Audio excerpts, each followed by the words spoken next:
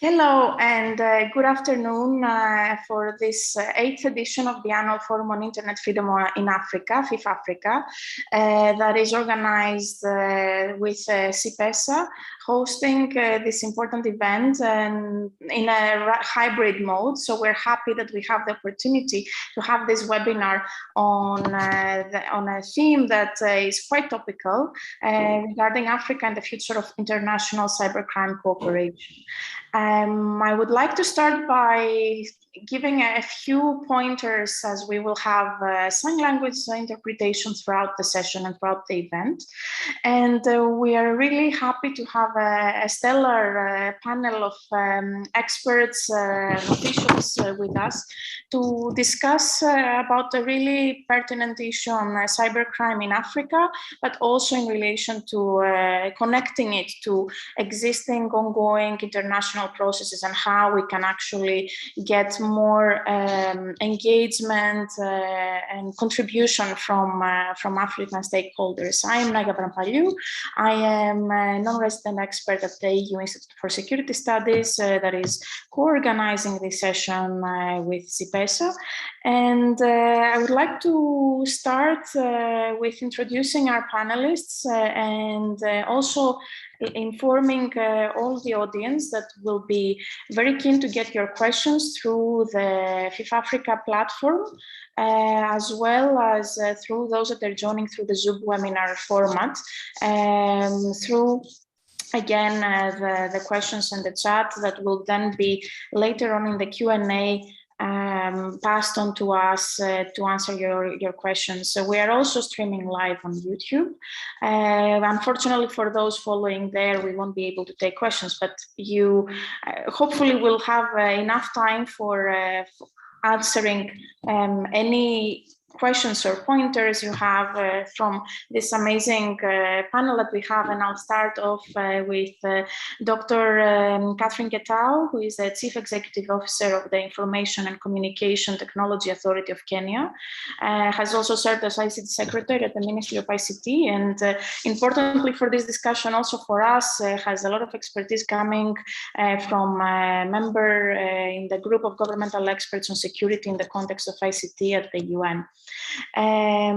In addition, we have Mr. Michael Ilishebo, is a law enforcement officer working for the Zambia Police Service under the ICT department, and also serves as an expert at the African Union Commission expert group on cybercrime.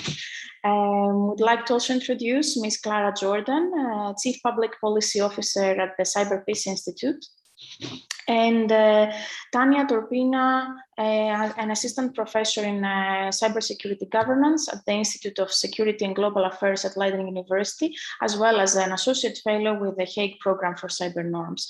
And of course, last but not least, George Tien Deswa. Again, apologies for any mispronunciation.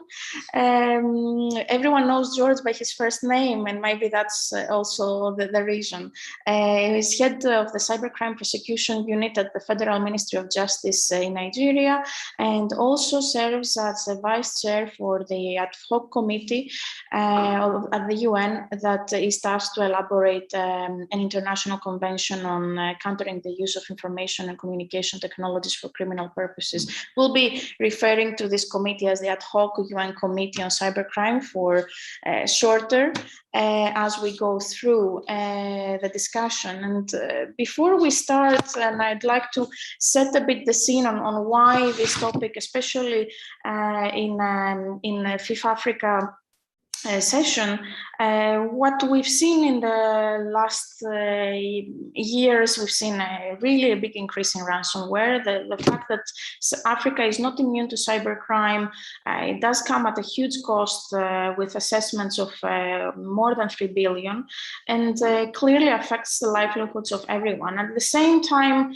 how do we connect this from an individual, the cost that it has, not both at individuals companies, governments, and economies to the more global landscape, and how does these two actually interact. And I think this is what we'll try to reflect on today, on what is the state of play in terms of international cooperation against cybercrime, as we are seeing in new processes at the UN Third Committee initiating a new negotiation process for an international convention on cybercrime, where many states are trying to understand what is at stake, how does this process exist in the, actually fits in the existing ecosystem of legislation,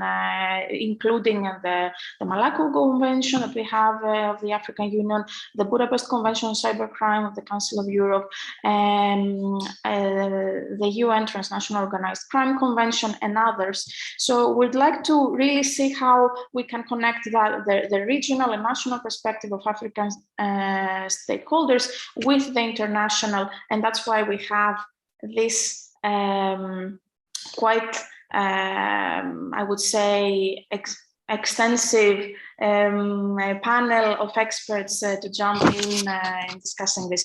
On this basis, I would like to start with more of a scene-setting round, indeed, to understand a bit what should be the priorities against cybercrime from the perspective of its panelists. So I'd like to start with George, coming from a prosecution service from Department of Justice. How do you see the landscape in terms of what should be the African priorities on cybercrime? And we'll then jump later on into more of the international dimension, but we'd like to hear from you.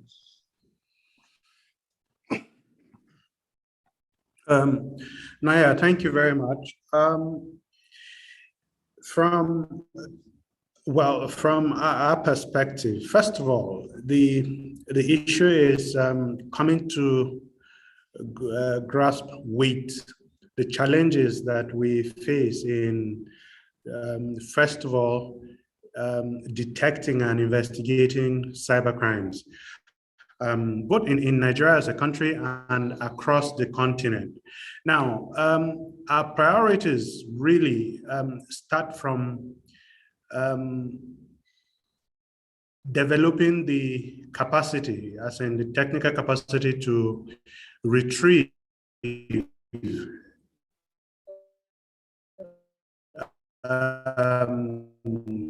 such that can be used in criminal prosecutions.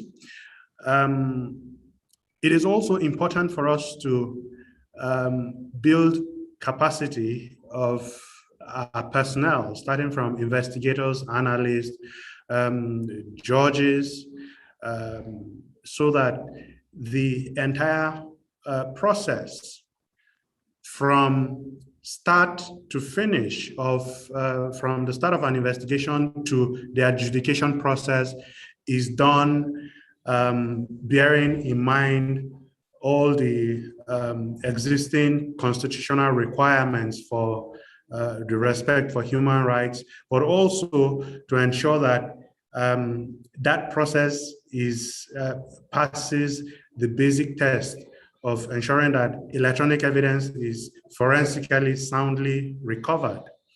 So for us, that also involves a lot of international cooperation, because we find that a lot of the infrastructure that is used, you have a lot of people using Gmail. What that means is that we across the world for things as basic as subscriber information. So international cooperation then begins to play a very key role in how we detect, investigate, and recover evidence to prosecute cybercrime. So these are basically our priorities. Excellent. Thank you, George. And actually, that is a really excellent segue to go to Michael. And I'll say apologies to all. I'll go with first names, as most of us know each other. But and I hope you have the agenda for the participants with the titles of all our esteemed panelists. That was a perfect segue to go to Michael. From your perspective, considering that you were coming from a relatively similar perspective from a law enforcement, which links very much to what George mentioned about law enforcement and judges, from a Zambian state of play, what would you say nationally and also regionally would be the priorities that are relevant against cybercrime in your country and region? Naya, thank you so much for giving me this opportunity to participate, and thank you to CIPESA for inviting me to be part of this panel. So basically, to address your question, I'll build upon what George has actually elaborated most of the issues that, in as much are general in the perspective of the African continent, because when it comes to the cyber crime and cyber issues, we all face almost similar problems and challenges in addressing the issues. So basically, on a national level, which goes to the sub-regional and the regional level, is that mostly it starts with a legal framework. We need a proper legal framework that speaks into each other, meaning that we need a legal framework that reflects on the ideals and the crime trend within the region. You can't have a legal framework that speaks to itself, which does not actually correlate and resonates with the neighboring countries or in the region. So basically, on the part of the legal framework, we need a legal framework within the context of the SADC region, like in the Zambia falls under SADC, which is effective of the crimes that are common within the SADC region, and of course, which translate into the African region. The second one is the issue of capacity building. As you know, cybercrime is somehow a type of a high-tech crime. So basically, you can't have one part of the chain of justice, which is able to do cybercrime, and yet lack on the other side. So basically, what I'm trying to say is that we are looking at training law enforcement officers, training prosecutors, above all training judges, because you can't train law enforcement officers and prosecutors fail to prosecute a case because they don't have the capacity to do that, or the law enforcement and the prosecutors are able to address it, and yet the judge is not able to understand the language being spoken by the two. The second major issue is the issue of the international cooperation when it comes to conventions. If you look at the Budapest Convention, as we speak right now, it has clocked 20 years since its existence. Ask how many countries have appended or ratified the Budapest Convention. There are very few. Talk of the Malabo Convention, which is the African Cybersecurity and Data Protection Convention. The same issue comes again, because when these conventions were introduced, many African states had no cyber registration in place at that particular time. So now that in the last 5 years, we've seen an increase in nations coming up with cyber registrations, others amending, like in the case of Zambia. Zambia had its first cyber registration way back in 2003, amended in 2009, and now amended further and made a standalone registration in 2020. Basically, what we need now is a situation whereby Africa now needs to ratify and follow this international convention seriously, because cybercrime is wreaking havoc on the African economy. The final one is the issues of monetary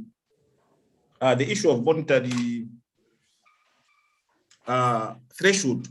As you've seen, most of these bad actors online, they would create and cause havoc in an African economy from outside Africa. When you start to make a follow-up cases through Interpol and other regional cooperation organizations, you discover that the figures that you are feeding into for recovery are less than what the other countries are able to pursue. As a result, African nations are losing out on huge sums of money because these criminals are not able to steal, are not able to harvest huge sums of money, but small amounts of money, which makes it a little bit difficult. So on the issues of monetary threshold also, I think it should be a priority. Thank you. Thank you, Michael. That was quite comprehensive and a lot to unpack also in the second round. But it leads me also to move on to Kate, and from a perspective as you're coming from as a CEO of an ICT authority, that you are working much more on the side of regulation of ICT and promoting ICT capacity of the ICT sector, and I assume in relation also to critical infrastructure, you see it from a different perspective, the cybercrime threat, I assume, and in that to that end, maybe some different priorities. Would be keen to hear your thoughts. Thank you. I think you are still on mute. Let us see if we can unmute you.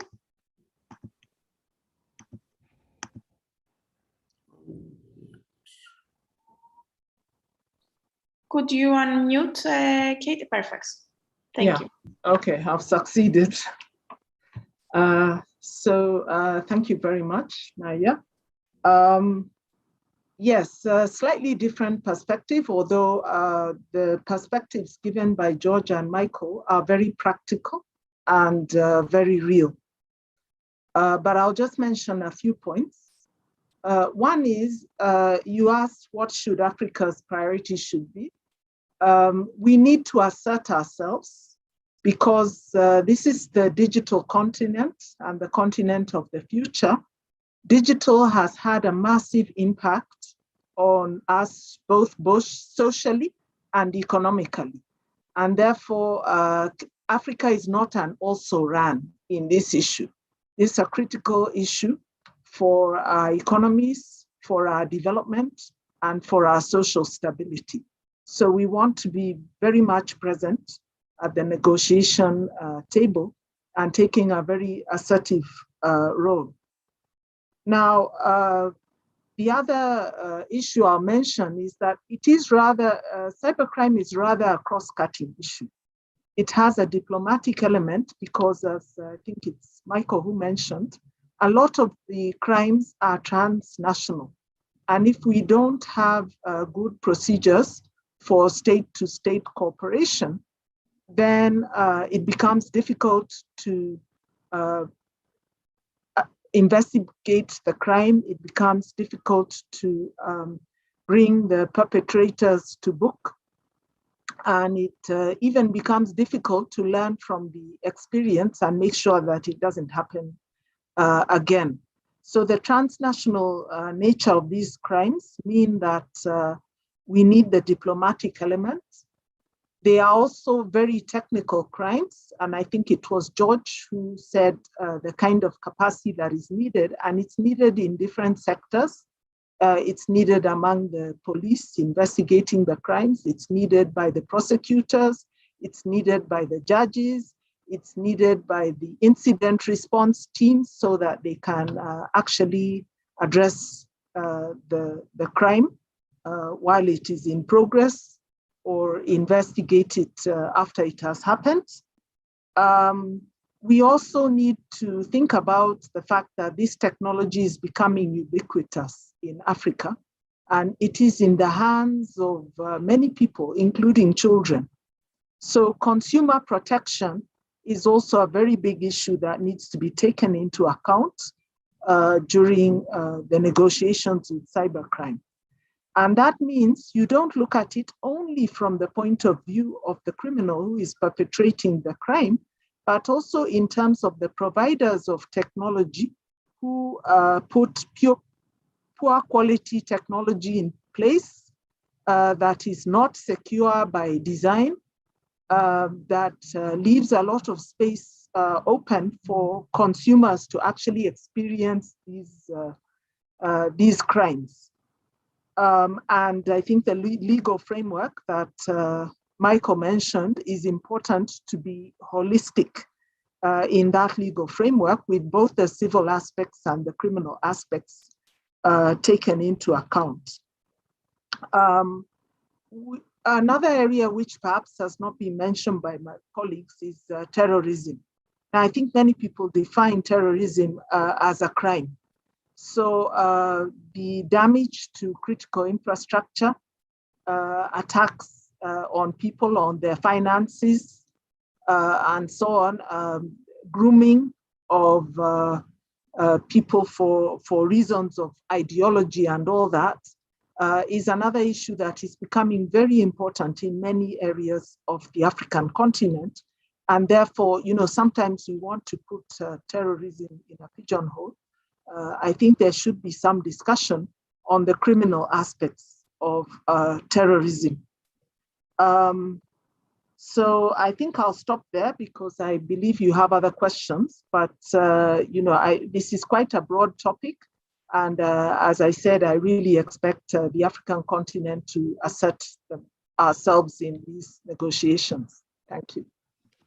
That's all quite broad indeed, and you brought in a lot of different angles, Kate, and it's very interesting to see this perspective coming from a more, I would say, restrictive criminal justice perspective. It might be more limited in terms of scope, and actually that, if we're talking, if we are in the definitional scope, let's say, of cybercrime, even if all the issues that you mentioned are indeed important to be addressed. And I find also your points about the consumer protection and the terrorist use of ICT really important, that we need to have the bigger picture and then see how we can actually address the different pieces of the puzzle with the tools that we have or tools we need to create. So that leads me to more indeed the international bigger picture, and I'll move on to Tanya from a really cybercrime academic expert hat, to give us a few of what you see as international cybercrime priorities, and maybe linking to some of the points that were made already in relation to legislation. Maybe you can give us a bit of an overview of what is there, Tanya, without putting you now on the spot on this, and we'll definitely move on when we are getting into more details about the negotiations in the second round. But I'll let you give us an overview on the priorities that you think there are, and if there are actually legislative priorities which these should be. Thank you very much, Naya. And I would say that mostly, if we think in terms of international priorities at large, on the global level, they are in line with most of what George, Kate, and Michael said. Basically, to me, it is to make the system of criminal justice working in terms of effective prosecution of cybercrime and avoiding impunity for criminals who can, hide behind the network and across the borders. It is effective prevention and effective investigation. And of course, if we are thinking about effective prevention and effective countering, we can see here two big components. First of all, capacity and information exchange, but also the legislative frameworks. And here, I would say, yes, we need laws. Apparently we do, despite that many of the countries still, I would say that the Budapest Convention influenced the countries who are not even parties of this treaty. They still amended their legislation in line. They still brought, new provisions in their laws. However, these effective legal frameworks, apparently, as said by many, has to be developed in an inclusive manner, right? So I think that this is the demand from many states. If we have a global solution, we want to participate in this development. But also what I want to note here is that international priorities and international community is not homogeneous, right? So it will really depend on how we define cybercrime, what the priorities are. Some would say that cybercrime is mostly the CIA triad, with maybe inclusion of computer fraud and computer forgery. Others would say you have to look at terrorism, you have to look at something else, at various crimes against minors. And here is where the differences lie. And here is where we're going to have clashes and, competing priorities maybe. However, here I would like to move to one point. We can talk about effective prevention and good legal frameworks, but I think, and here it is aspirational, and it is an aspirational message from me. I want to see it I want it to be human rights respecting, because the states did commit to certain human rights and standards. And it is very easy to step, outside the boundaries of these standards when you're talking about criminal law. So I would say here, and I'm not afraid to say that this should be a priority for international community to develop an effective solution, which will also respect human rights, which will put human-centric approach into the center of it. And here I'm not only talking about human rights, like privacy in investigation, but also gendered effects of cybercrime and cybercrime laws, for example, as one of the aspects of this. Protection of victims and prevention and awareness raising as a part of this. Encouraging industry to come up with good solutions, privacy by design, as a part of protecting the user. So I do hope that from thinking about protecting the system or protecting the governments from cybercrime, we will turn also to user and look at the user and look at the effects that this law have on the user and on human rights and on the rights of people. Thank you.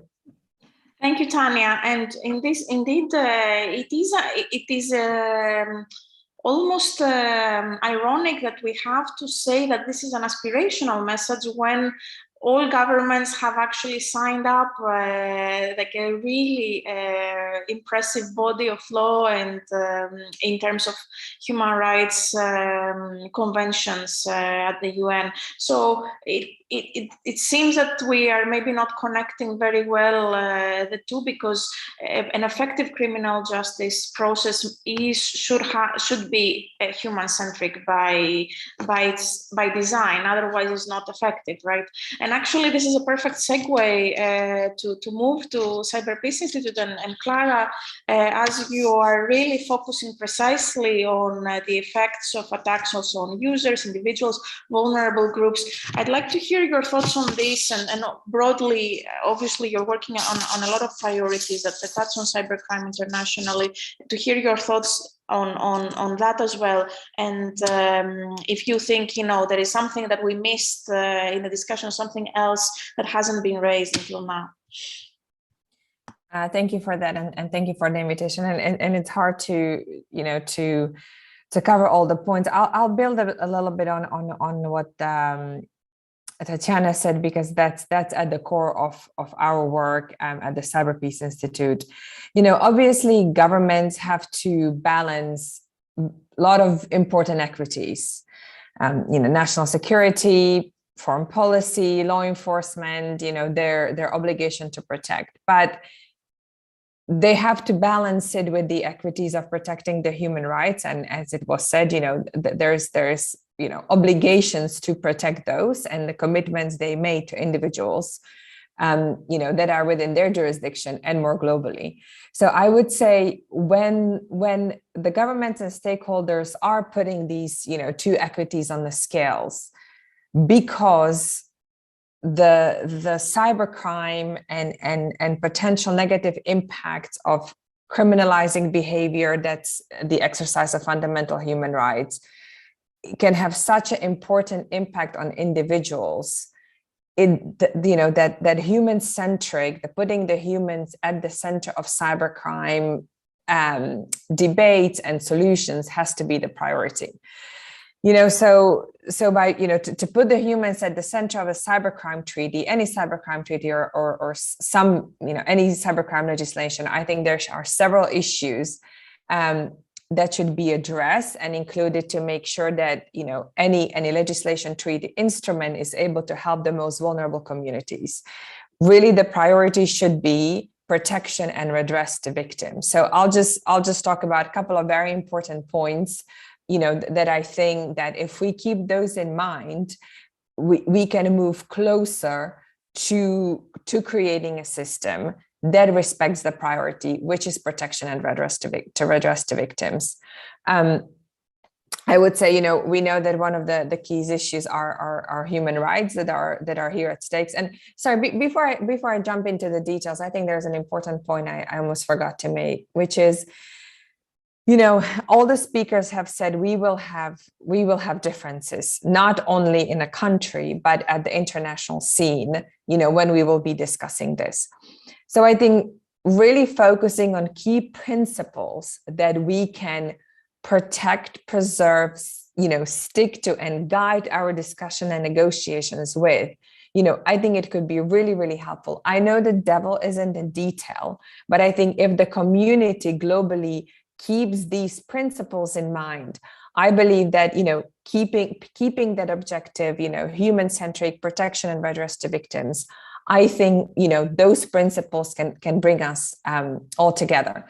So as I mentioned, you know, I think some of the issues that will play, you know, in the particular conversations we're having today, but in any cybercrime conversations, obviously, you know, we said, you know, human rights. I think it's important to always ensure that any legislation instrument is not you know, it's not criminalizing behavior that's exercise of basic human rights and fundamental freedoms. I think it's really important to have the clear language to reinforce that all and any cybercrime legislation and investigation must adhere to all and any existing human rights obligations. I think it's important to work within the framework of necessity and proportionality in the pursuit of cybercriminals, when we know that preventative measures and investigations should adhere to these two key principles. I think it's also important to talk about, you know, due diligence and different obligations in the investigation of cybercrime that will, you know, that will keep that human rights framework on it. I think it's important to really highlight that the cybercrime legislation and instruments should provide redress. That's the objective, should be redress and protection of the victims. We know that it's vulnerable communities that bear the brunt of cyber attacks, that these are not, you know, victimless or faceless attacks. They have, you know, serious societal and individual repercussions. So, and there is a range of tangible and intangible harms that these individuals sort of suffer. So any treaty or instrument should think about a vision that would really clearly, you know, outline the duties of states to provide specific avenues to guarantee the right to fair, adequate, effective, prompt, non-discriminatory and gender-sensitive access to justice. You know, there should be means for individual and collective reparations and effective remedies in accordance with international human rights law. I think it's important to always guarantee access to information and legal aid. I think it's important that government keep in mind needs for transparency as to what tools and measures they are using when pursuing cyber criminals.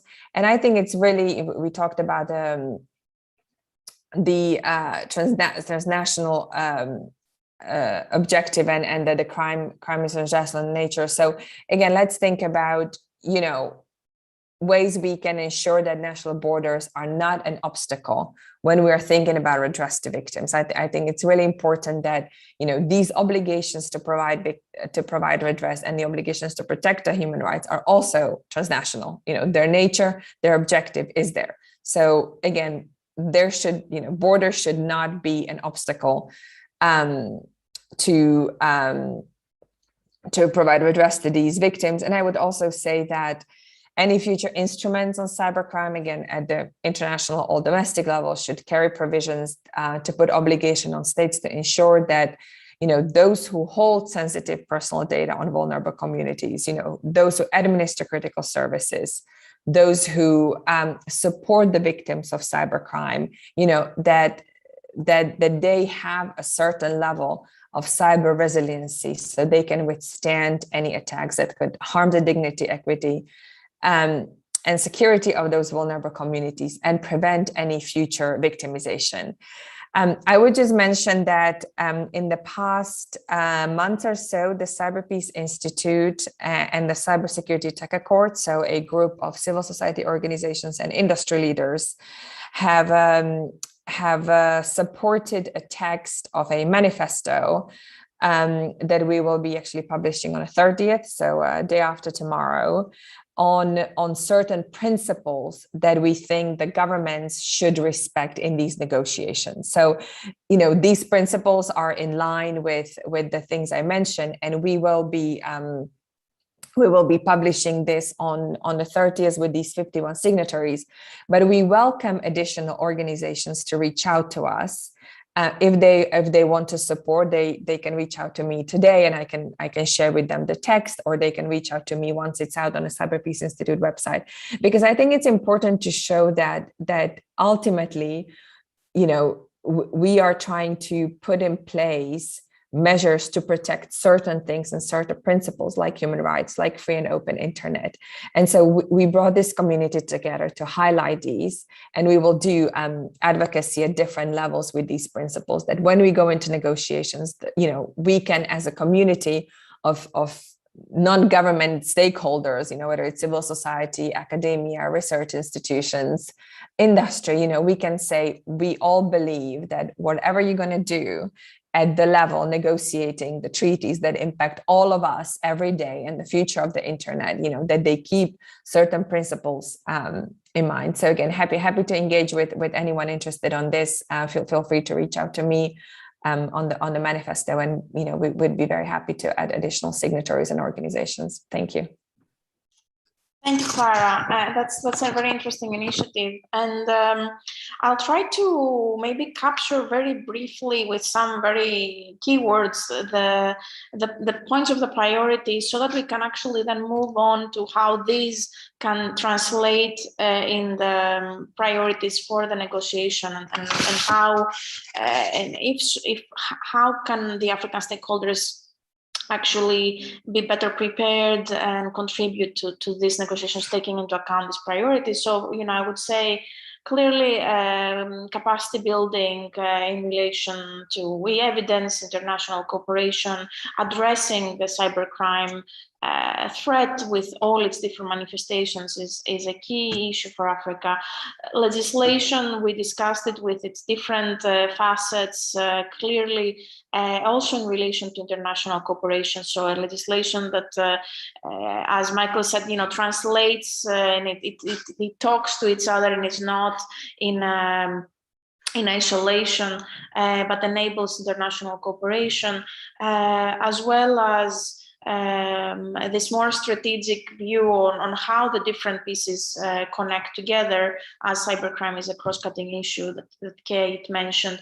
And finally, the human-centric approach and these core principles that we need to consider in any of these. This last point leads me to make a sort of small comment as we are moving on to George to give us more of the insights, I would say, on this new negotiations starting, relate to the scope, because I think there is a lot of, as the cyberspace, or some people calling it the cyber,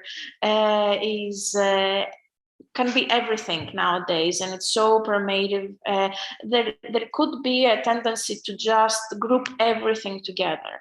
I think what I would like to hear, especially since George also comes from a Ministry of Justice, is really to see from a purely criminal justice sector perspective, what are the gaps, and Nigeria has been invited to accede also to the Budapest Convention, and with your role now also as the vice chair of the ad hoc committee on cybercrime at the UN, it's interesting to see the dynamics and what are the gaps there that the international community through this process, and specifically the African partners, from their own perspective, should be aware and should be looking into. So, George, maybe if you can share, I would say, your insights about this process. It's starting, I understand, January 2022, it will be the first substantive meeting to negotiate a new treaty on cybercrime. So as many states are in the process of developing their positions, I would love to hear from you and also your, I would say, I wouldn't want to say advice necessarily, but ideas also about African partners.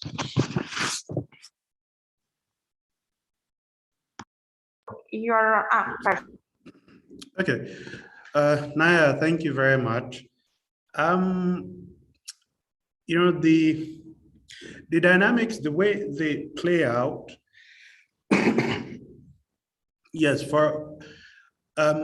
if you look at Resolution 74247, first of all, what it does is that it says, okay, you're going to negotiate a new instrument, but it also takes into cognizance existing efforts, both at the national level, at the international level, and all of that. So when you put that side by side in the context of, say, a country like Nigeria that has been invited to accede to the Budapest Convention, and I get asked this question often enough, and my question, my answer remains from a practitioner's perspective. I'm looking at what works best for me when I need to go after organized crime, when I need to get evidence. What is the most practical thing that I need? So to that extent, the Budapest Convention provides a veritable framework that, and coupled with the concerted efforts at capacity building, it helps tremendously. Now, we also bear in mind that negotiating a convention of this nature, despite the a very ambitious program, plan of work that the Bureau is looking at presently, we also recognize that it might take some time. So the strategic thing to do is focus on what works now, because you need it. You can't keep everything in abeyance and wait until you have a new convention. So my own take is that for our African colleagues is go ahead and use what is presently available. You have the Budapest Convention. It is workable. It has tremendous impact across the world. So you use that.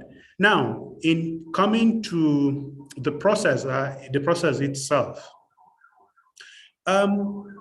like Naya highlighted, mentioned, right now we have a call for all countries to develop their own national positions. So at this point, we expect that there will be some level of internal coordination. So all the stakeholders in country should sit down and have a discussion. What do they want to see come out of this, assuming what do they want to see included in this convention? When you do that and you create synergy within your domestic space, you have, you can then synchronize your position and then make a submission to the ad hoc committee. And where as much as is possible, we're encouraging every African nation to get engaged with this discussion. Now, it does not matter the level of the level of say of your installed capacity presently. We know that there's a diversity. There are people who are just at the basic level of setting up strategies and working to form their legislation, but there are also countries that already have like legislation in place, have agencies in place, and all of that. The key thing is that if we continue to have a conversation, we can learn from one another. Those who have made much progress can teach those who haven't made as much progress. But more importantly,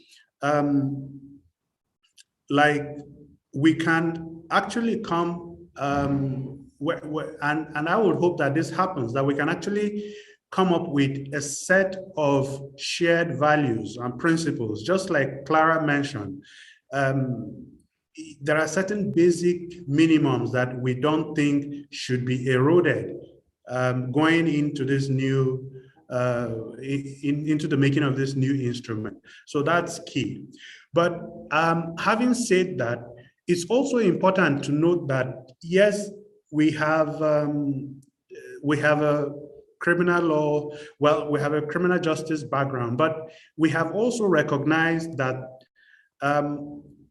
cybercrime actually, the way it interfaces with everyday lives go beyond just what law enforcement does. So to that extent, we also wish to actively encourage the participation of civil society groups, the academia, and we recognize too that there are people, the people who have some of the capacity, some of the technical capacity that relate to how investigations are conducted, may not be civil society organizations that have a consultative status with the UN.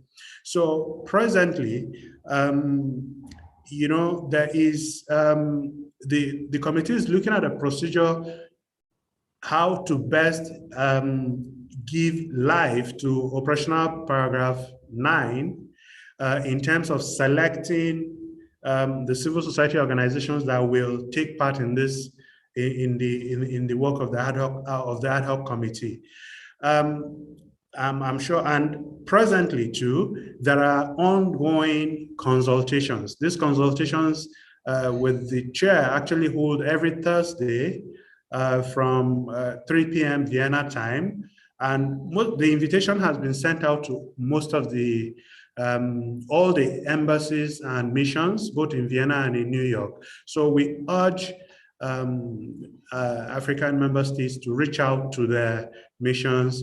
And if there are any requests, I'll be happy to share the link. No pre-registration is required. You can actually join in and have your say in these informal consultations towards finding the best way to ensure that we get as much voices into the conversation and that we do not shut out people who have the expertise. Noting also that a lot of even the infrastructure rests in private hands. And some of those people will are not necessarily civil society organizations or NGOs that are in consultative status. But I'm sure that by the time these consultations are done, we will probably find a very, we'll reach a middle ground to accommodate everyone.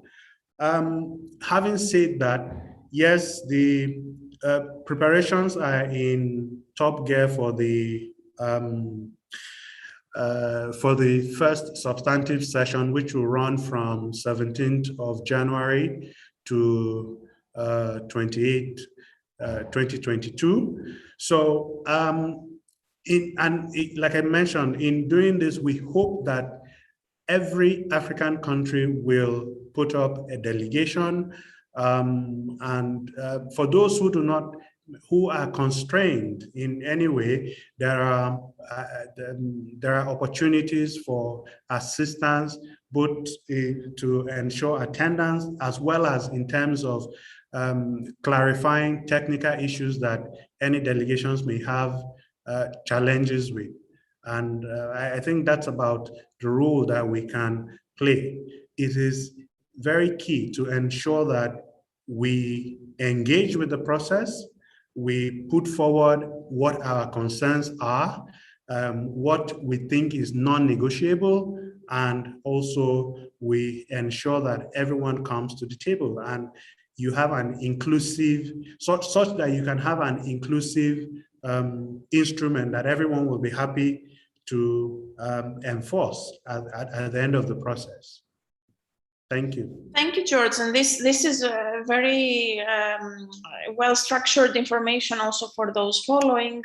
And I also take your point about this is going to take a lot of time. You know, in negotiations for international conventions take several years, if not decades. So while in parallel, the African stakeholders are preparing their positions, reflecting internally, learning from each other, it's important indeed to also focus on what works now from a more practitioner perspective, and what is presently available, and continue working, not leaving, let's say, the train to wait until the next instrument is in place, because things are moving very fast. I'm cognizant of time, so I'll move on to Michael. As you sit at the African Union's Commission Expert Group on Cybercrime, in addition to obviously your national law as a law enforcement officer, would be very interesting to hear your thoughts of also if at the AU in this working group level you have discussed this, and what are, circling back to the framing of this session about how can the African stakeholders contribute more constructively to this negotiation, what would be your thoughts from that role, let's say? Thank you, Naya. Basically, as the African Cybersecurity Expert Group, it is important that we actively engage in the UN process. It serves us well to be aware of what is happening globally, as well as reflecting the African views on these contentious issues.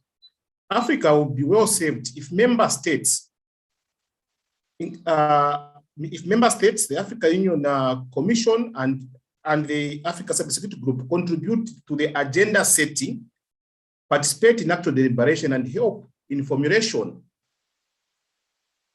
and shaping of policy recommendation during these global deliberations.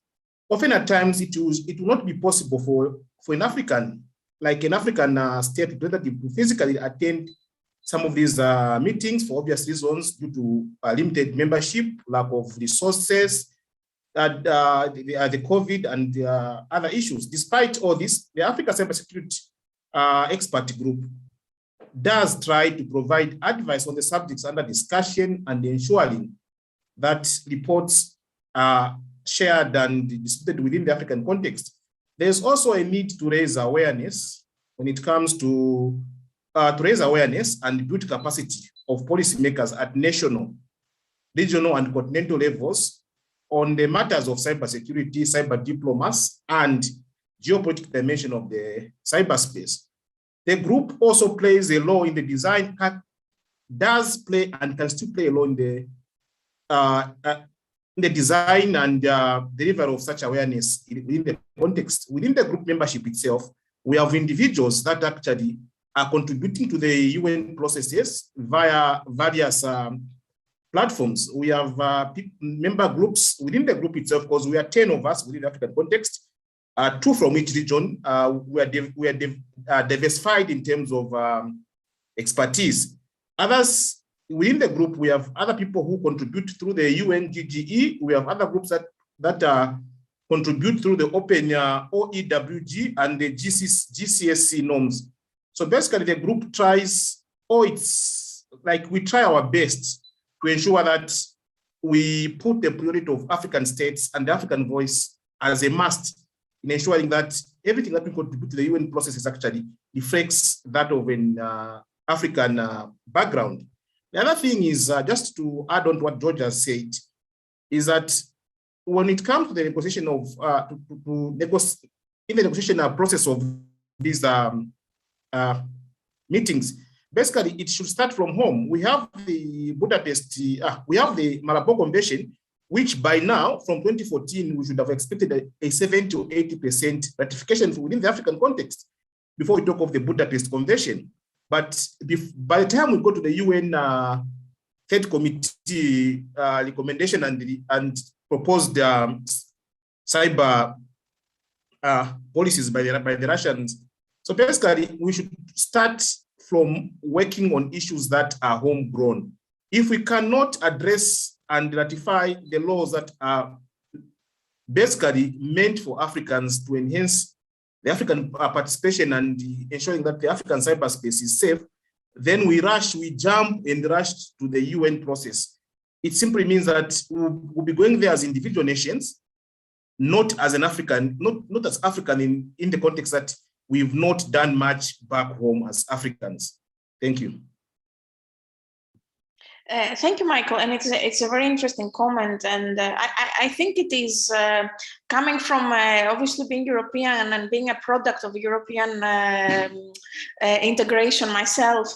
I would say it's a duality. You know, we need to be synchronized, and the regional process is informed by the national and is also informed by the international. So it's not often that we have the luxury of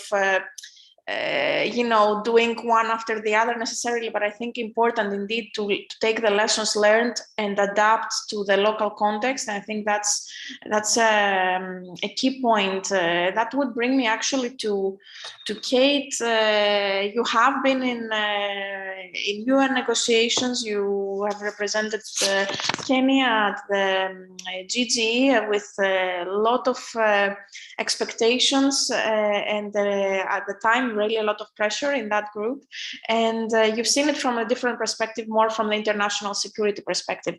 So I would like to talk not so much about the content with you, Kate, but maybe hear your thoughts about how as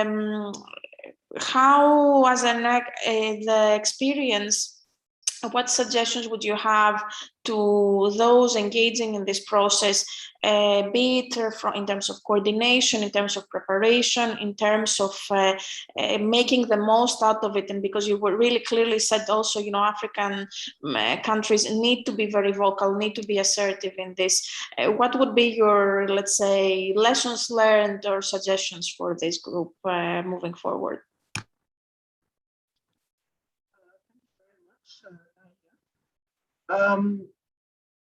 Of course, the situation today is very different from at the time that I joined the GG in 2014.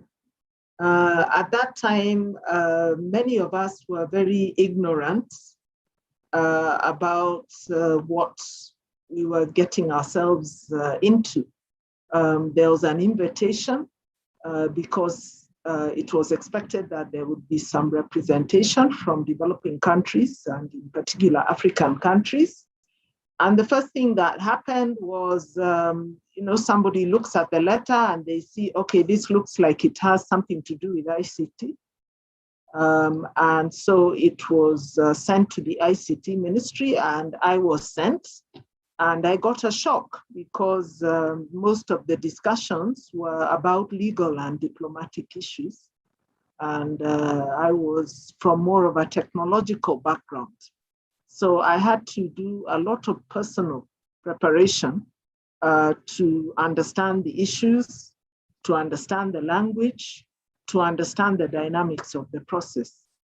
I'm very happy that Michael, George are clearly showing that things have changed since then. And now you have seasoned Africans who have been participating in international processes in the cybersecurity area for quite some time now. And therefore, I have a lot more hope and a lot more expectation of this particular process. But I'll just mention a few things. Firstly, that the national position is extremely important to be worked out, and to be worked out in a multidisciplinary and quite inclusive manner, because there are differences. Africa is not a one-size-fits-all continent. So there may be differences in emphasis or priority, which are regional or which are national.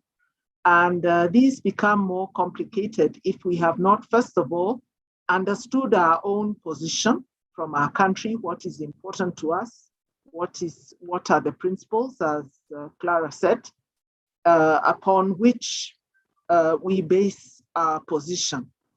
And then if we make those positions open to others, they are also prepared by the time we meet together to understand where we're coming from and what priorities we have.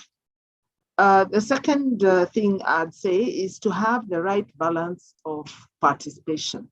There are the legal aspects, there are the technical aspects, and recently I think somebody asked me a question and they said,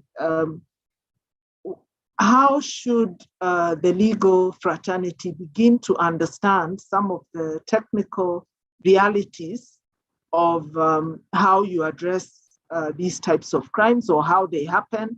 And especially because we're constantly in a time of technological flux. Drones, Internet of Things, maybe were not there 10 years ago. And law and convention emerges quite slowly. So usually by the time you're drafting a document, it's sort of 5 years old, technically. That's just an estimate. And already there are new technologies which may be challenging some of the current, those positions, which are 5 years old. So it's quite a challenging area. And so you can't just send diplomats or just send lawyers or just send technical people. You need to build your teams at home that are able to bring all these perspectives so that you have a rich contribution. The third thing I'll say is that you need a committed and resourced team. Sometimes what we found in developing countries is there are different people at the table at each meeting. Because it's been taken as an administrative task. And therefore, people have been transferred, they've changed roles and so on. So somebody else comes and then we have to start from the beginning again. So it's important as a continent to make clear to one another that these are the people who we can see through to the end, and we give them resources not only to attend the formal processes, and I'm glad that COVID has taught us that this can be done cost effectively using the same cyber realm. But in case there are other meetings and so on, you have to give them both the time and the resources and the support to enable them to participate effectively. The last thing I'll say is that this will not be effective unless there's a local process ongoing, both to coordinate the participation in the actual convention processes, but also to ensure that whatever is emerging is being implemented.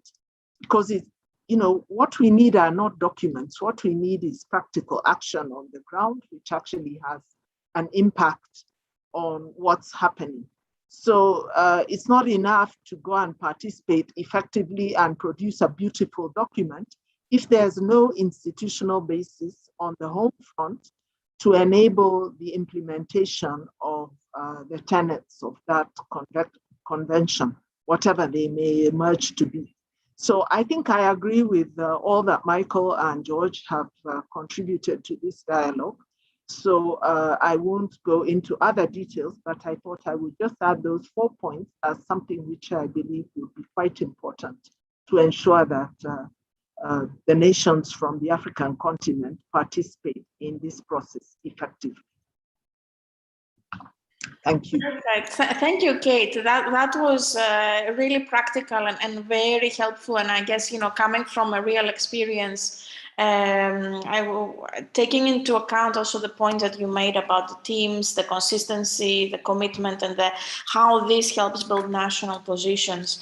I would, since you mentioned, the constant challenge of how technology is moving too fast for policymakers and even faster for for legislators.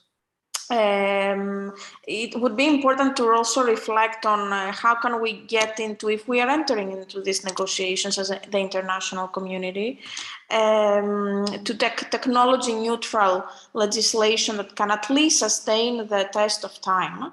So I'm happy I have Tanya on the call because I think she's the best expert we can rely on in getting her insights on this aspect, on how in it, I will maybe ask you in 5 minutes. It's very difficult to really capture some of the lessons from existing international cybercrime legislative landscape. The Budapest Convention has been mentioned a lot, and there is very, I would say, divergent views on on whether it is global or not. I heard, also Michael mentioning this earlier. Certainly, I think it is recent analysis and research has shown that almost like 2/3 of the UN member states have actually been influenced and used it as the framework of reference in the development of the national authorities, and 1/3 has actually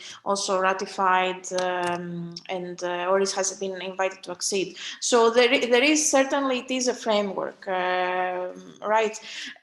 What are your thoughts about this? What needs to be the focus of the process in terms of the legislation, and maybe reflecting, as I've read, you co-authored a blog with Joyce Hakme from the Chatham House last week, I believe it was, on the Russian proposal, because this is something that is really on the table, and it's not the first time that we've seen, but it's one concrete thing that maybe national teams, both across the world, including in the African continent, are looking into. Some of your thoughts on this. I think it's important to focus also about what we define as cybercrime, the scope and the points that were made earlier. We might not solve this issue, but at least to be aware of the potential challenges with existing proposals. Thank you very much, Naya. And actually, I would like to start where Kate ended, more or less, and what you have started with, technology-neutral legislation. I think that what we have to remember here is by adopting cybercrime legislation and developing it, or putting it into force, the criminal justice system does not regulate the technology itself, right? It addresses the dangers and harms and certain acts committed by this technology. And I believe that the only way not to make this legislation too old, too fast, is to shift the focus from technology to behavior and harms. I will explain what I mean here. When I was participating in the UNODC comprehensive study on cybercrime, I went through the legislation of quite a number of countries. And sometimes, for example, I came across through the legislative pieces that criminalized, for example, the malware or creation of viruses. And then there were definitions like malware is something that is distributed on the floppy disks, or we are doing this with the CDs. So once you put this into legislation, your legislation is not technology neutral.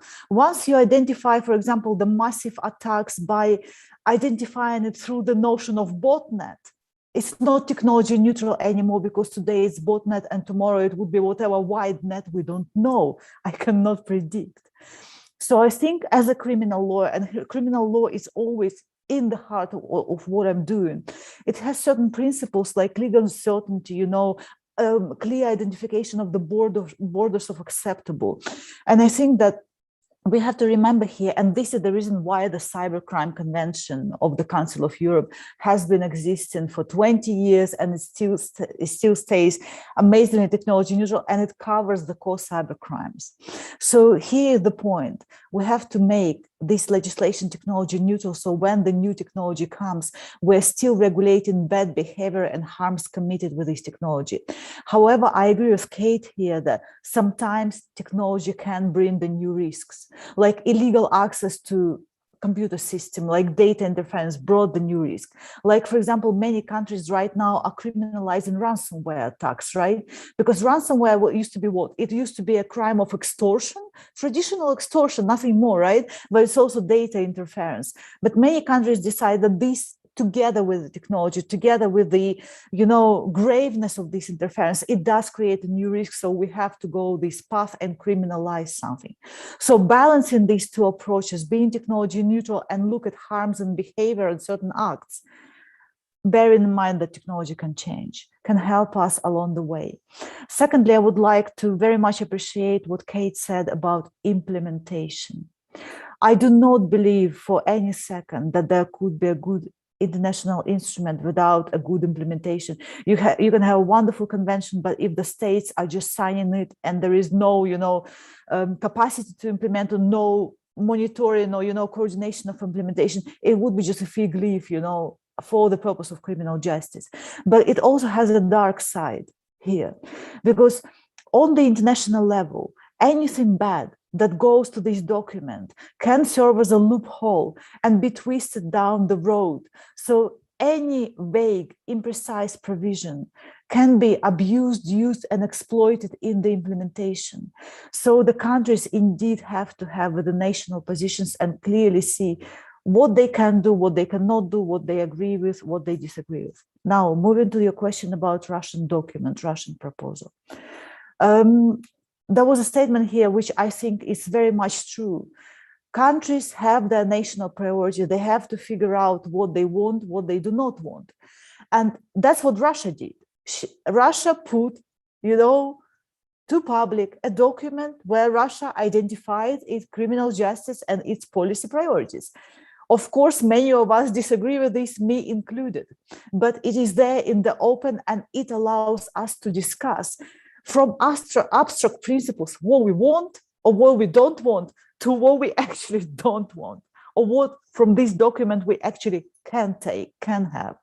And I would say that from human rights perspective, from criminal law perspective, I do believe that this document is not perfect, very far from perfect from how I imagine human rights centric approach, but at least we can pinpoint these differences and see who and how can negotiate about it and remove, for example, the overreaching criminalization and vague and imprecise definitions, which I see in the substantive law part. Align the definitional issues, the terms with existing terminology, because it is different yet again, to see how one can implement better safeguards in investigatory instruments, because Russian document does indeed refer to very wide accepted and well-known instruments. But first of all, it refers to them in a bit of a different language, which already creates, some disparities. And then it doesn't always follow the safeguards that perhaps many of the countries would like to see there.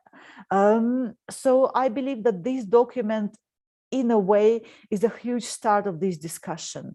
And I do believe that other countries should have been a bit more proactive, perhaps, but okay, we're reactive. We have to react to this document, take it or not, but it also allows us, all of us, international community, governments, civil society as well, industry, to look at it and shape better our positions, come up with clearer, sharper arguments on what we do not want to be there. Thank you. Thank you, Tatiana. And I think you captured a lot of the points on the technology neutral. And I see there are people in the chat that they are quite excited about this. And it is indeed not a new concept, but we don't hear about it so often, because we hear a lot about how technology is moving forward and fast, and we are not catching up soon. And then, of course, the points that also both you and Kate made on implementation, it's really important. As we are shaping those positions, and I see one question that we got in from Victor is, what are the best practices that African countries can adopt to develop national positions? And I think maybe this came just before Kate spoke, because she gave a really comprehensive answer to this, but also how can CSOs and other stakeholders be better engaged in such processes? So that actually is a perfect segue for me, because it was a point that I wanted to ask Clara to cover. As Cyberpeace Institute is an international NGO, and you have a lot of lessons to share with others that are operating either nationally or regionally, but also internationally, to hear from you what you think requires to have civil society voices be heard. And you mentioned your own initiative. How can we get there, including through international partnerships, mentorships, potentially of international NGOs with national efforts on the ground that they are helping to shape national positions? A few, your 2 pence on this would be great. Thank you, and I'll try to be brief so we can answer some of the questions. And I mean, from George and Tatiana, a lot of them touched on this, and a lot of this was said. I would really say that civil society has a unique opportunity to bring expertise and victim perspective in discussions that are oftentimes politicized. This has been said many times, but I think it's key to understand that they are part of the solution, when it comes to operationalizing the crime, but also suffering, operational cybercrime prevention and measures, but also they are the ones suffering, they understand what the victim's perspective. So I would say that, the civil society actor should be a key ally for the government, and it's the government's responsibility to ensure that they, walk the talk of multi-stakeholderism, and they, I'm sure every government has, signed, every government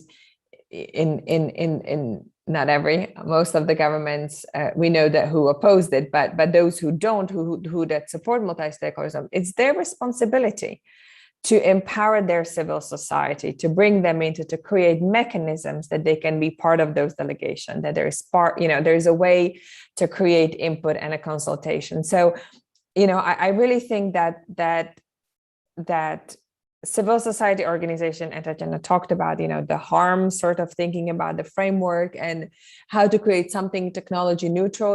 It is really bringing those different voices into the debate where we can make those informed decisions. I mean, oftentimes we say that technology is moving too fast, for policymakers to adopt to it. And I just partially can agree with this statement. I think the key issue is that this is a new area of policymaking, but the policymakers has not really created those mechanisms for the experts to come in, and provided expertise. And so if you bring the technical expertise and you bring the civil society that brings the human rights perspective, that brings the individual perspective, that thinks about the harm, I mean, we can really not only keep up with the development, but create something that's neutral and with it stand, the test of the time. So, but again, I would really, really appeal here, to those government representatives that it is up to them to create mechanism and support that vibrant civil society, because ultimately they will be able to help help you implement those measures, help you. You are extending your own capacity to deal with this issue if you empower the civil society in the conversation. And same, for the industry or researchers who have the technical perspective. So a lot of this was covered. There's been a lot of great articles written, for example, by Joyce Hackman, Patrick Pavlak, about how to include them. So, I'm just going to refer to it because I will just reiterate, they really summarize the great ideas about why and how to include them. So I would just refer to the existing work, but really to realizing that it's a key stakeholder, it's a stakeholder that understands, the impact of cybercrime on individuals, and then they can really be part of your solution to this huge problem is key. And it's up to the government to reach out, create mechanisms. It's not for the small civil society, trying to get in and knock on the doors and do we have a status? We don't have a status. No, it's really the government's responsibility to walk the talk of their commitments to multi-stakeholderism. Thank you. Thank you, Clara. And actually, you answered one of the questions that were posted here in how are we enabling? And I think to a large extent, Kate touched upon also on the point of the multi-stakeholder, not only in a national position that is multidisciplinary and brings different perspectives, but it is also multi-stakeholder. So I think, I hope we covered that question, and maybe international partnerships can also help in that. I don't think, as you said, it's on the one hand is the government, but also by partnering along regional settings, international settings, meaning with others that they are actually following these processes for many years and can also share expertise is quite important to be enabled. And I think several actors are helping this. EUSS is having a lot of thought on how to contribute to that.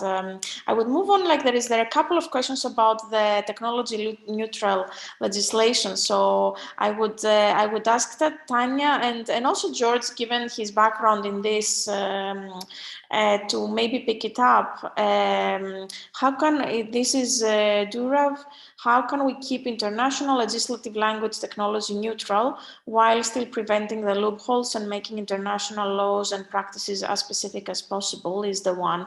And very related to this is from Vanessa.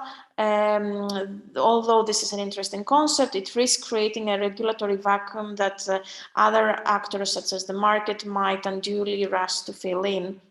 Wouldn't this jeopardize the principle of legal certainty and blur the lines in terms of what may be legitimately regulated or not? So it's a very interesting perspectives. I would like to, challenge Tanya and George, if you bring it from more of a government perspective, since you've been negotiating this as well. Tanya? Yeah, absolutely. So I just want to remind here that we are talking about criminal law, right?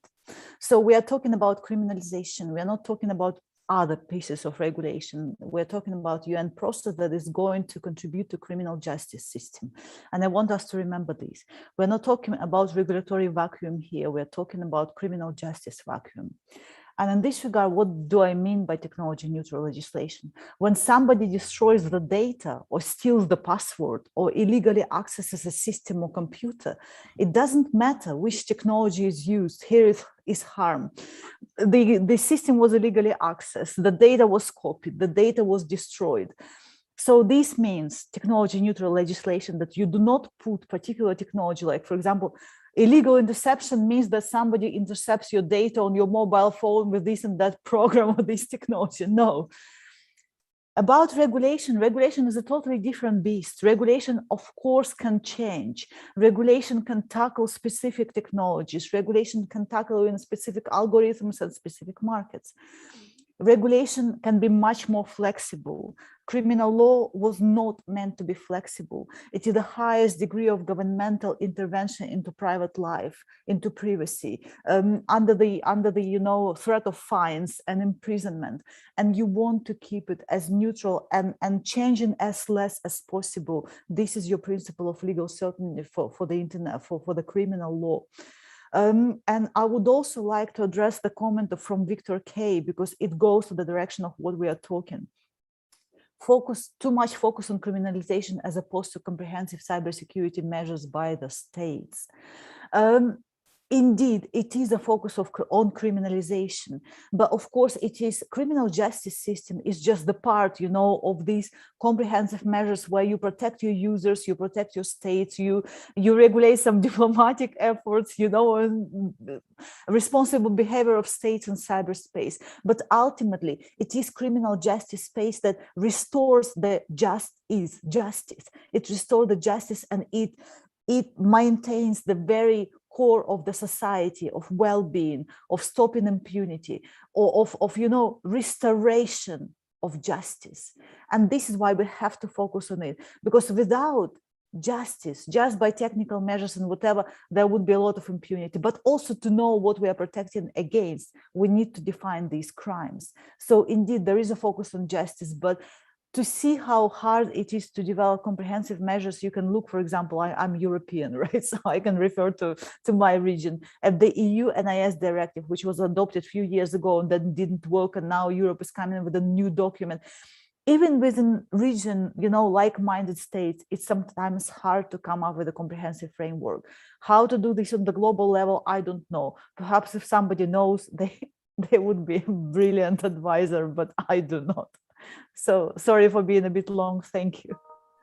No, thank you, Tanya. I want to give a minute also to George to come back to the point from more of a government official, as we discussed on the technology neutral, and then Victor's question that Tanya you took up relates very much also, I think, to Kate's intervention. So I'd like to come to Kate after. So George and then Kate.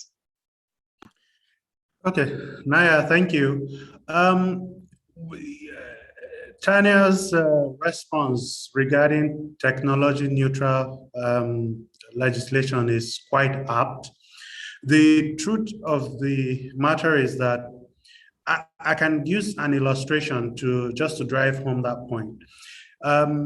Several years ago, when the Budapest Convention was made, there were probably, you didn't have things like IoT, Internet of Things. You didn't even have botnets. But the beauty of the technology neutral language employed in that legislation enables practitioners today still use that same convention to deal with botnets, to deal with ransomware, which are things that were not contemplated at that time. But if, for example, like she mentioned, you tied, like the example of the floppy disk. Today, there are youngsters who are online who don't even know what a floppy disk looks like, right? So, in fact, it is, if you refer to a floppy disk, what it means is that you must go back and change that legislation. But describing the conduct itself, so we're talking about illegal access, unlawful interception, or unlawful, damaging, or how do you call it? Yeah, damaging, say, data. Now, no matter what means you use, it is the effect, what you have done, the conduct itself, that the law criminalizes. And this is so that there is certainty, because for your rights to be impinged upon, the criminal law must be very certain, okay? Things like, sorry, excuse me. So, but basically, that is it. And in terms of attaining that level of certainty, you also need to understand that when the instrument at the global level, a convention essentially says this is what needs to be stopped, every member state should put in place mechanisms. So if you need to have certain particularities in your own domestic laws, you can do that as long as it does not impinge on, the agreed principles. So to that extent, it is the way to go. Whatever we're negotiating, at the end of the day, it must use technology neutral language so that we don't end up having the thing obsolete before it has even come into existence. Thank you, George. And I'll pass it on to Kate, and then I'll also want to give 1 minute to Michael and Clara for any follow-up or closing. As unfortunately, I think we've been quite excited I would be excited to continue, but we will be coming to time. So Kate, over to you.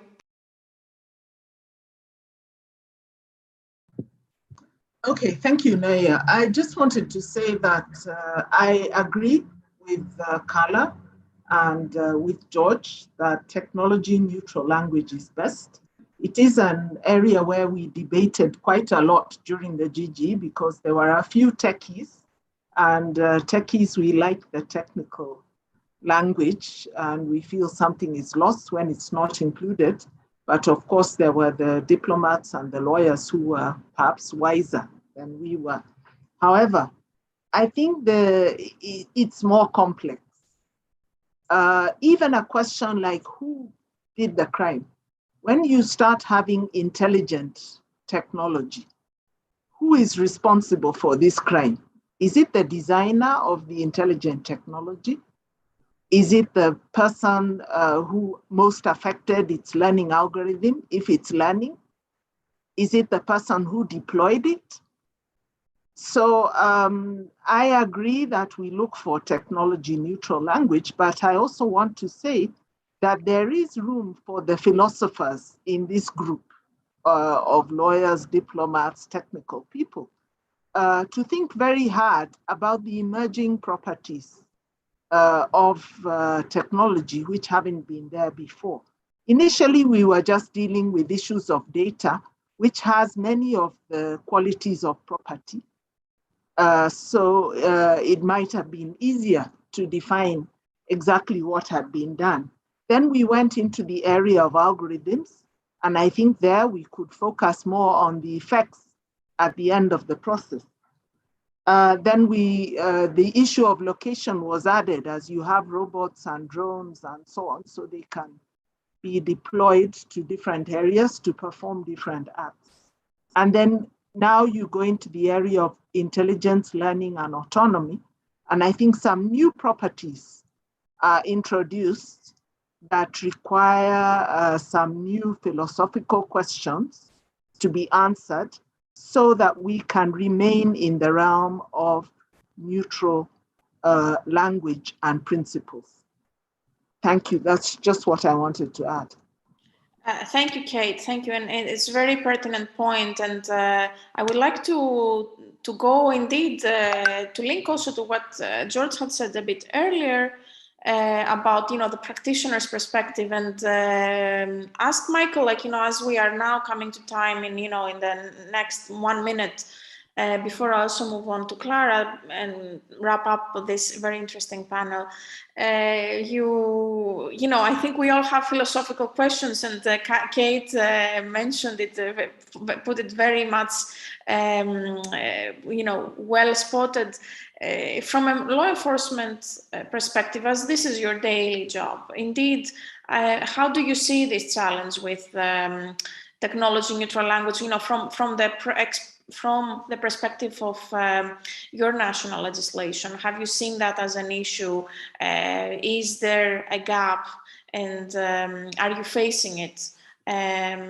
Would be interesting to get, the real practitioner's perspective.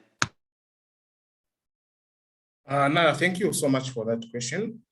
Basically, from the law enforcement perspective, is that we enforce laws that what term can I use?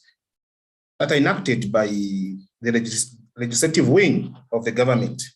So basically, it is a little bit difficult in the sense that you have technological advancements that are impeding and actually helping crime to flourish. And yet, in your national laws, such issues are not addressed. So basically, just to add to what George has said, based on the experience of the Budapest Convention on Cybercrime, which was actually drafted way back in 2001 and it came into use in 2004, is that as Africa, we should not wait for certain type of technology to reach us before we start thinking about enacting laws. Because at the level at which technology is moving and at the level at which criminals are able to use it to commit crimes, without the necessary laws, it will be a battle. It's a battle that you can't win. So basically, I would still try to borrow and adopt what Katie has said, in the sense that when discussing matters of legislation, technology, it is important that we listen to all sectors. Doesn't mean that because one is a lawyer, then it means they have all the know-hows about the technology and the law. If one is a prosecutor, they have every other aspect of the knowledge, but we need to come together as a whole to ensure that we address some of these issues in a technological neutral language, to ensure that we meet at 50-50%, because it's difficult to meet all of us at our 100%. What I need as a law enforcement officer it's difficult, but we must meet at some point where we agree and accept that this can be done and we can move forward. Thank you. Thanks a lot, Michael, and that's also a good segue for me to come to Clara and conclude in the next minute. We've been given 5 extra minutes from the organizers, and thanks a lot to CIPESA for that. On indeed this multi-stakeholder dimension, we're calling multidimensional, I would say, on the one hand more on the internal side of national positions, but multi-stakeholder as well in terms of the input. Any thoughts concluding thoughts you might have on that? Yes, thank you. And I mean, it's hard to, it's hard to add something after all this thoughtful input we've just had. I think it was a very rich discussion. I would rather sort of react to the comment or the question Frank posed, how can a small grassroots CSO with limited resources be at the center of these discussions? So I would say that the civil society has this great, capacity and sort of track record of self-organizing. So I think here it's really coming together as these organizations, and you can reach out to those in your region, in your country, to sort of join forces, because I think joining forces, has more power, and it allows you to, through these initiatives that then sort of, a snowball in a way, you get together with 2, then you get together with a larger one that someone is going to do an initiative. I think that is the way, because I think everyone has a unique perspective. But I will also say one important thing, as someone who represents this community here today, is that Tatiana said, we are not a monolithic body. We all represent very different equities and stake. Someone will care more about an open and free internet. Some will really want to promote human rights. Some will have a very specific language on dealing with an issue, which I think that's why this is a rich community, and the community should represent different voices and different equities. However, the key is that when we're presented with a challenge like this one, that we at least sort of agree on a baseline that we all can present and support, right? We can all stand behind, the cybersecurity, you have like the top 10 controls, cybersecurity controls. So can we at least as a community stand behind the top 10 key principles, or 5 or whatever, that are key to this discussion, regardless of whether then on top of it we'll go promote the specific angle that we think is the most important, so I think that the community has again, it's a rich, it's not monolithic for good reasons, and thankfully we represent different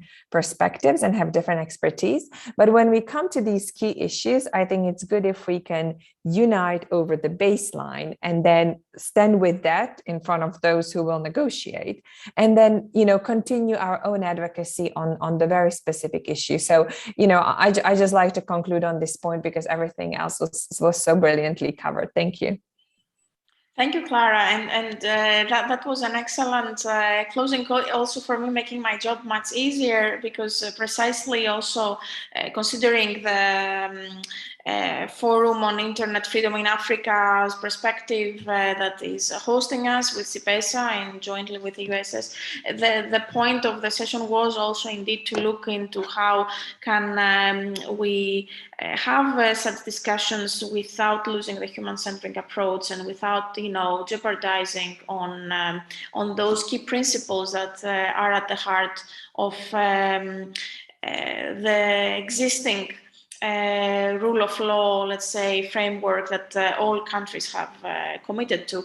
Thanks a lot to this stellar panel and for your really insightful perspectives. I think it is even more valuable when it comes from personal experience and practitioner experience. So I'd like to really take a moment to thank you for taking the time, and hopefully we did help everyone that joined or that will look look at the also recorded session about existing the priorities and how indeed can African stakeholders contribute and work better nationally and regionally in these upcoming negotiations for a new UN treaty on cybercrime that are starting more substantively as of January. Already the process already started this year. Again, a big thanks to all of you, and also shout out to Niels Bergrund at the USS for helping us put this together. And looking forward to seeing you soon in Zoom, in other platforms, hopefully in live and at the negotiations. A bit of a shameless plug-in. Tomorrow we have another session on standards, so that will be hosted, chaired by Patrick Pavlak. So dial in on that as well. And thanks again to everyone for staying a few more minutes. Hopefully it was all useful for everyone. Thank you.